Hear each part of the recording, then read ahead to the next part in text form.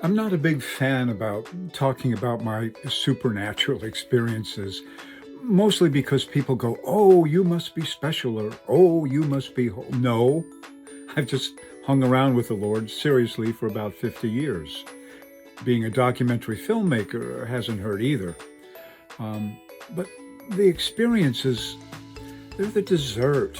They're not the meat and potatoes of actually having a growing relationship with God. They're sort of the cake. They're fun.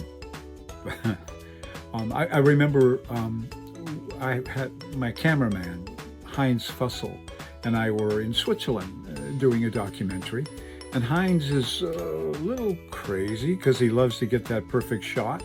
And I'm not there at the time, but he's in the train compartment, the hallway, leaning out the window to get that perfect shot of the Swiss Alps. And he's, keeps leaning further and further and further out. And suddenly somebody grabs him by the back of his collar and rips him away from the window. He hits the other side of the hallway and he looks around and there's nobody there.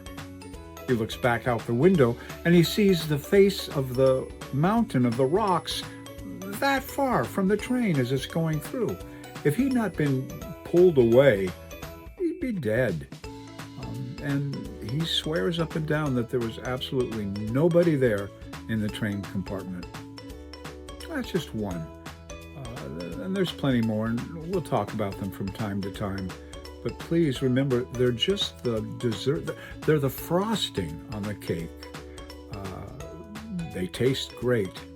That's not where the growth is. Talk to you later.